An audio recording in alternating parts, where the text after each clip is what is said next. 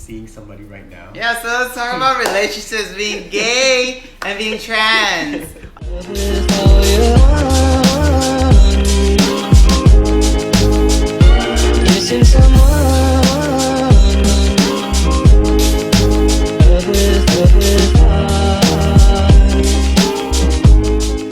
Good afternoon, good morning, wherever you are. My name is Akira and welcome back to my channel. Hi. And this is my special guest. Hi, Mr. Jeff. So our topic today is how it is living as a gay man and or trans in the military. So we have a few sets of questions from you guys, and thank you again for all my supporters, for everybody tuning in, and thank you so much for the questions. Love you guys. Introduction from Mr. Jeff. Oh, okay, hi. My name is Jeff. I've been in the Navy for 9 years. I joined in 2009. I'm Akira Wyatt, as you know, and I've been in for about 8.5 years. I'm trans, he's gay. Yeah. Yeah. And we're both stationed in Camp Pendleton, California, and yeah, we're here. So the first question is, why did you choose the path to be in the military?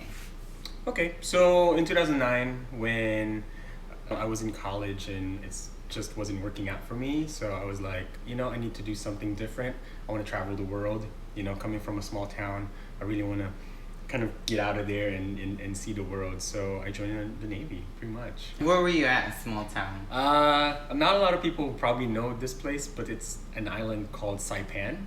Just a little bit of a picture demographic or a picture of how Saipan looks. So Saipan, there's a lot of Filipinos there, including myself, my family.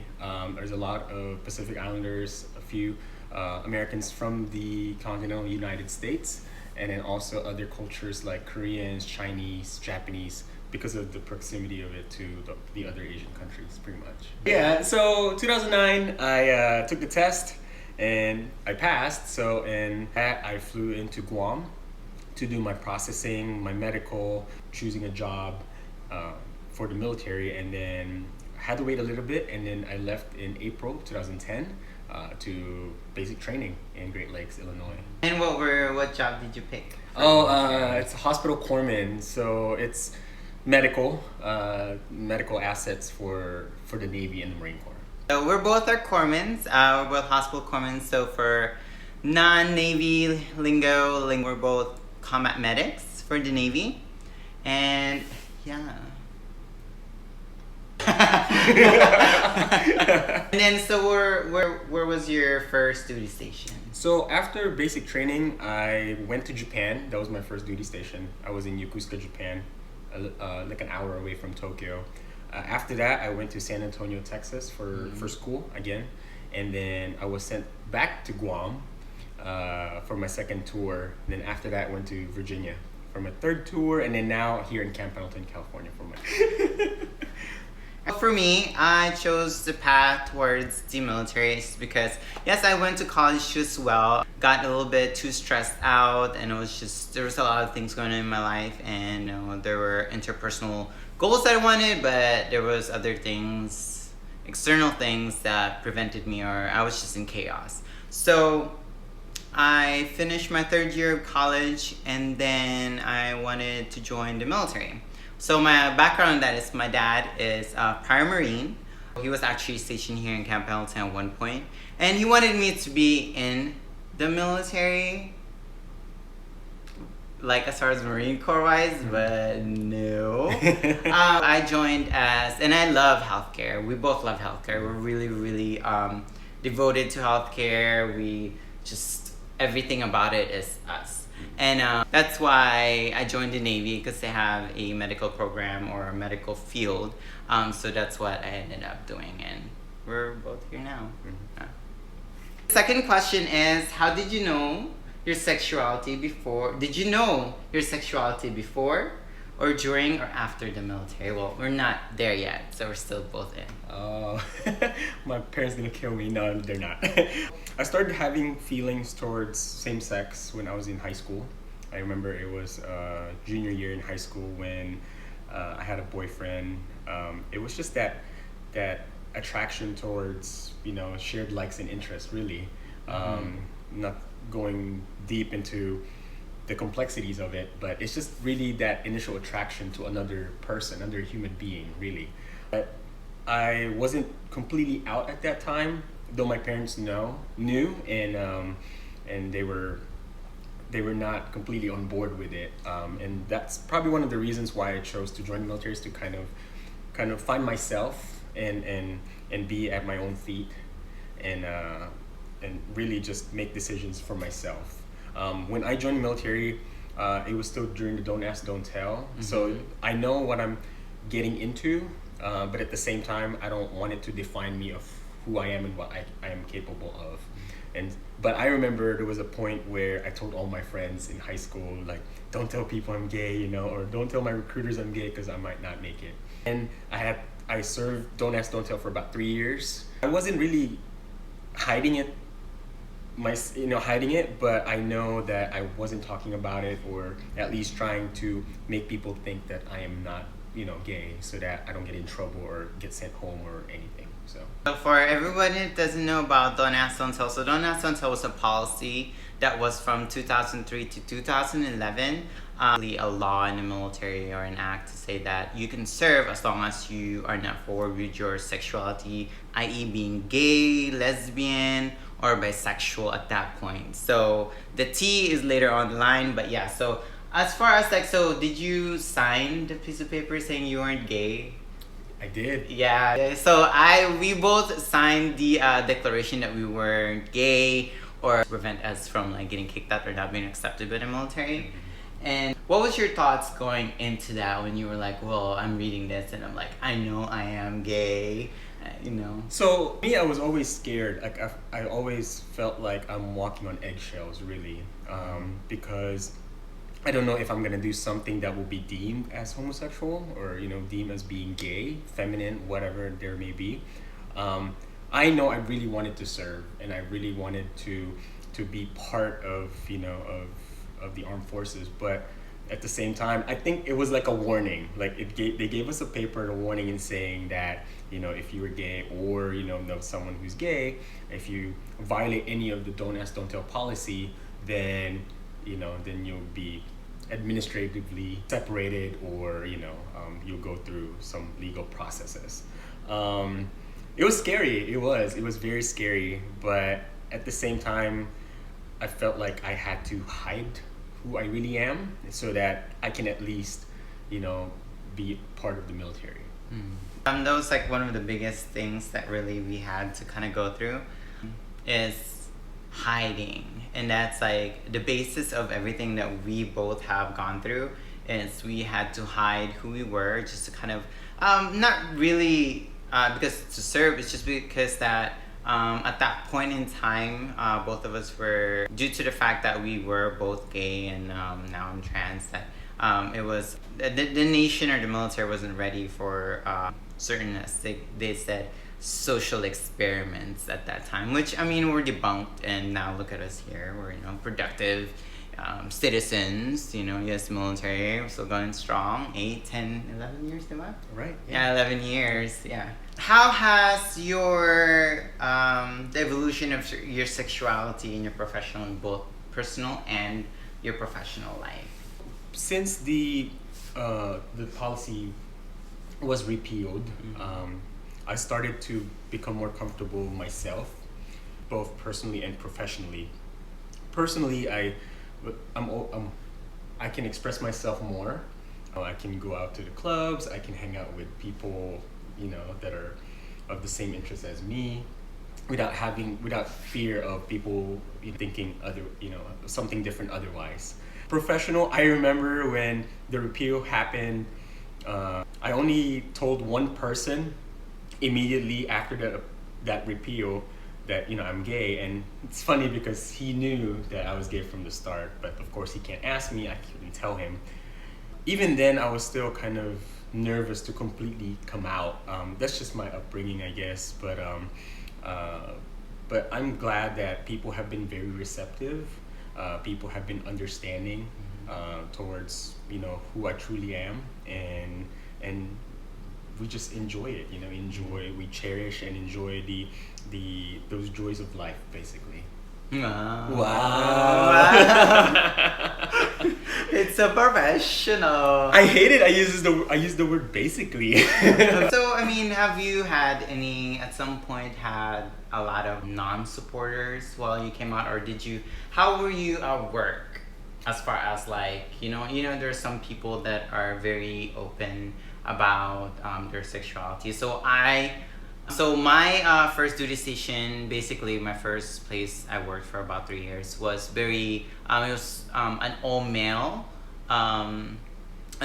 unit. So I definitely had to, not definitely, but actually I was very feminine and flamboyant, as they say. So a mile away, you could tell that I was gay at that point. And I didn't, I kind of coped with it as far as just, like, well, this is how I am, this is how I act, this is how I flip my wrist, flip the wrist. And so I was very already accepting of myself, but at the same time, my inside turmoil was just that I wanted to be more masculine. I wanted to be one of the men, even though it was really hard to do. And I did a lot of things. I thought joining the military would turn me straight. Has that ever like happened to you, or like did that cross your mind? It did cross my mind because when my dad found out I was gay, he didn't like it. He was scared for me, of how the society is gonna treat me, really. And I'm sure he wanted me to have kids, have an ideal family of a man and a woman with kids, and because I'm becoming more true to myself in being gay, then all those things may not happen, and that's what his fears for me. So I thought the military would change me as well, but it didn't. It really just made me accept who I am, regardless of what I turned out to be. Yeah, gay and trans. For me, coming out twice. So when I came out, I never really came out to my family or anything. I was really closed off. And so the only ones that I actually said I was gay, or actually, it wasn't even me saying I was gay, it's just my actions said so, was my coworkers, my friends, and everyone around me, really. And then, besides that, coming out as a gay man, not really coming out, but then coming out as trans, like around 2015, before the open trans service. That was like another struggle. So, do you think that you learned a lot of meaningful, what did I say that? Meaning to life, really. You to just being yourself and knowing who you truly are, and that gave you, as a higher up leader in the military, how would you approach somebody that's struggling with your sexuality? Still actually have a lot of people that are still struggling with their sexuality, even in the military. Because it's just a super hyper masculine place, especially where we're at. We're in a Marine Corps base, so that's why. So how would you approach a young sailor or a young Marine, or even like a Marine or a sailor that's been in for quite a while, that's still going through the motions? How would you approach them? Before that, so I was gonna say that I'm actually very thankful for the challenges that I've gone through, because I feel like if I didn't go through those challenges, I wouldn't be more understanding towards others' progress. Like how their progression, or how their acceptance for themselves would happen. And so, if I had it easy, then I wouldn't be able to understand how people struggles if they are going through a rough time. So being somebody who've seen some of it, if not all, I'm more understanding towards how they're going through their transition, or how they're going through these changes in their lives, and how they can accept themselves better. And really, I think even when Don't Ask, Don't Tell was a policy, I don't think it was really something that limits the military to work as a team. But then, of course, there were fears of how one person may not understand the other, and may lead to violence and lack of unity. But really, if we really just take the time to really understand each other and have that conversation just to get to know them, I think at the end of the day, we will learn something new, and we will really be a better unit, or a better a team, rather than just hiding in the closet and hiding in the shadows of what we are and what we can really be. Actually, that brings me to my next question. So, how was your experience, or so how did your sexuality affect you with your mental health? For example, like coworkers, friends, the environment, people in the military, as far as that were very not supportive. I remember in my second duty station, I was coming in there as a person who was married. I was married before to my ex-husband, and I was like the first gay person that checked into that command, because they would have to find out because I'm married to a man. And so everything was new. I was able to, get some benefits out of it, but and so some people who doesn't understand it completely, now they're saying that we're getting all these because we're different, or we're the focus of the media right now. Even then, I don't think we were. For me personally, I don't think I was doing that for that. At the same time, a lot of people were disagreeing about all these changes that's going through. That was my second tour. My third tour, I've worked with people that are, I hate to say, but very archaic with their beliefs, and they still believe, they still quote verses on the Bible and all that, and really just meant to push people down, and really just look at others as inferior to them, to themselves, and it's crazy because it really took a toll on my mental health, because I would come home and I would think about it. I would ask myself, am I wrong? Am I not doing enough? Is my work ethics not enough for me to at least for them to persuade them that though I am gay or lesbian or trans bisexual, that I can still bring something to the table and be a part of the team. I just wanted to be part of the team. That's what it is. And when people are shutting doors at you, when people are closing windows and telling you that you don't belong, it really hurts, and it really affects you personally.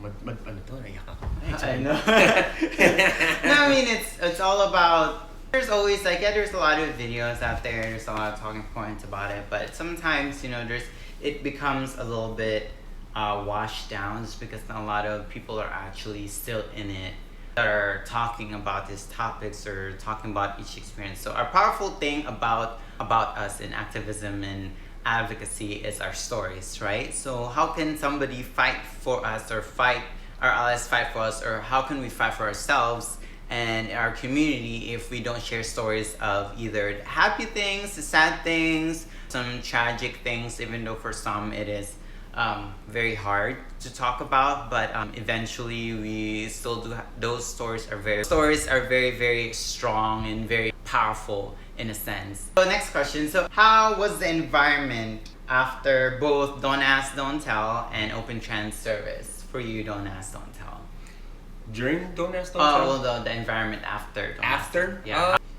Again, it was slowly changing. It was slowly accepting. I say slowly because I think not only the military but the whole society in general is still accepting that we exist, that we can cohabitate with everybody, really, and now you can see two men holding hands, and it's okay. Yeah, but at that time, in some places, you're gonna get yelled at for doing that, or worse, you're probably gonna get beat or anything.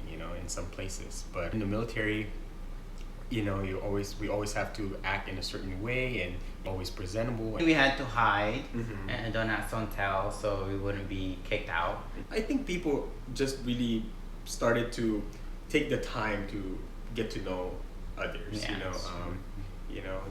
They'll ask questions. Sometimes some of the questions are funny, but I understand that it's coming from a place of. What questions did you get? Like some of the most significant questions. So if two guys are going out, who, as we know now, who's the top and who's the bottom? Oh yeah, so basically they try to make it into this binary thing where who's the wife and who's the husband. That's correct. Yeah. So which is, first of all, No. No. Sexuality and gender roles are in a spectrum.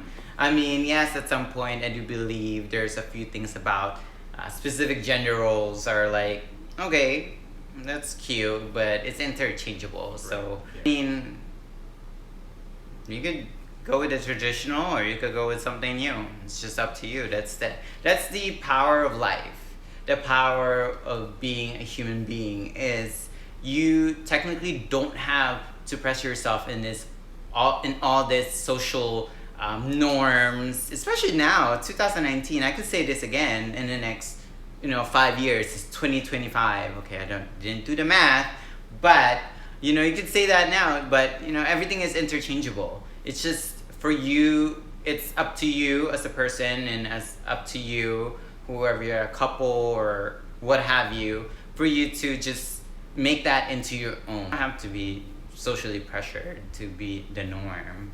I don't even know what the norm is. Do you know what the norm is? The question was like, who's the man and woman? That's the question. Yeah, why does it have to be that way? But you said like it's that binary concept that people are always placing us into. And I may have, in some days, I may have more feminine traits and sometimes I have more masculine traits. But I think that's between me and my partner and how we're gonna go through life together. It doesn't matter what people say, whether what roles we fill in, because we know to ourselves of how we can complement each other and be good partners in life. So I mean, you see it a lot nowadays. Even now, it's still prevalent because there's a lot of, as far as gay men, there is a status quo on how you're supposed to act and how you're supposed to look. And I saw that in my gay years, where there's a certain masculinity that you have to abide to. And if you were feminine, you were even outcast in your own community. And I was one of those people who experienced that. Because I wasn't masculine enough. I was very feminine and very tiny. So they call those twinks. And, even in my own community, I was outcast. Probably that was maybe a signifier that, I'm as a trans woman, I should. But, did you have an inclination to be a certain type of masculine as a gay man? Yeah, I think so. I know if I feel like I'm not fitting in that norm, masculinity meaning like nice body, very strong and all that. When I go into the club and I feel like I'm not getting the attention, nobody's considering me as a good partner, it's intimidating within the community to act in a certain way, or we have this mentality that you're not good enough, really. And I think there's some people that go through like crazy diets or crazy fashion changes in their lives so that they can at least feel included within the same community. Just like any other family, just like any other community, we have our own issues. But I think generally for us in the LGBT community is at least we're taking the time to talk and understand each other rather than just divide each other in different groups, really. My leg is dead. No. Positioning. What specific event was profound to you in your military career, not just as a gay man, but as a senior enlisted in the military? The full circle of being who just started in the military, not knowing what to do, not knowing how to fit in. I worked hard and I met new people, and people have started to believe in me. They've helped raise me up and becoming a leader to those new younger generations of sailors and Marines coming in. And I feel like I have that responsibility to guide them and mentor them the way I was mentored and guided by the people before me. So lucky to have that privilege, because people have been so kind to me, even though sometimes I wasn't kind to myself and I was doubting myself.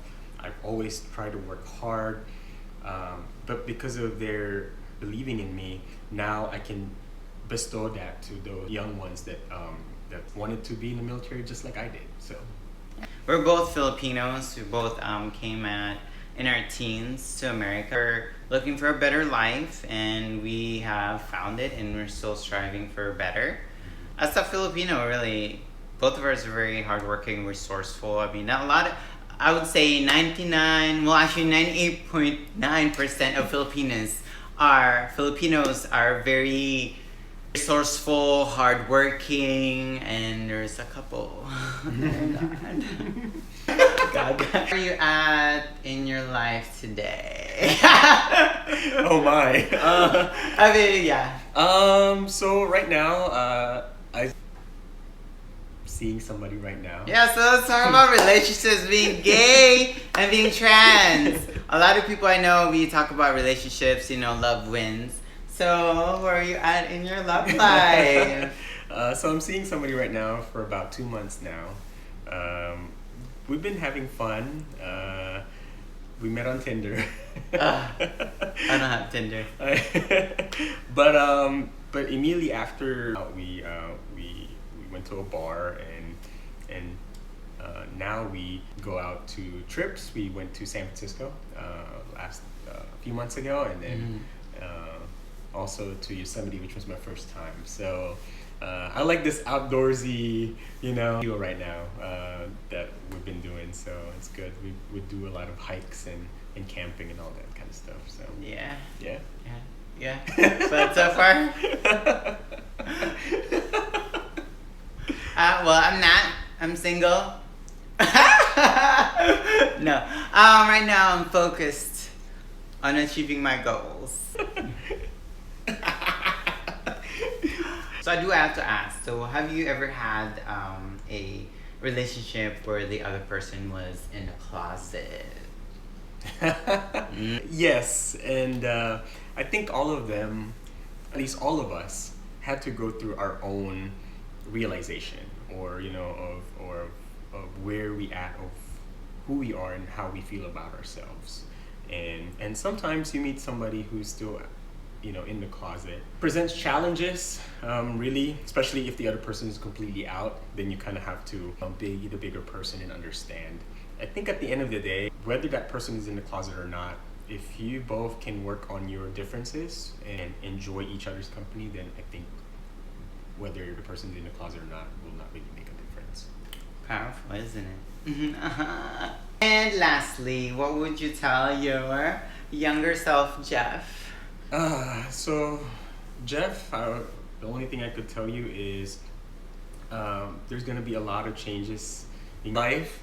It will be tough because sometimes you feel like there's something wrong with you. Sometimes you feel like why can't you just change, to be normal? You ask that question. You feel like nobody's going to accept you and people will disown you. But just believe in yourself, have faith in yourself, be who you are, stay strong to your faith, and people will understand you, and people will find the real you and will accept you for whatever you may be. I think, and they will carry you throughout your life. And you're kind, you're strong, you're compassionate, and people will do the same to you. Bam! Did I just win the crown? You can see me in the Miss crown. Philippines!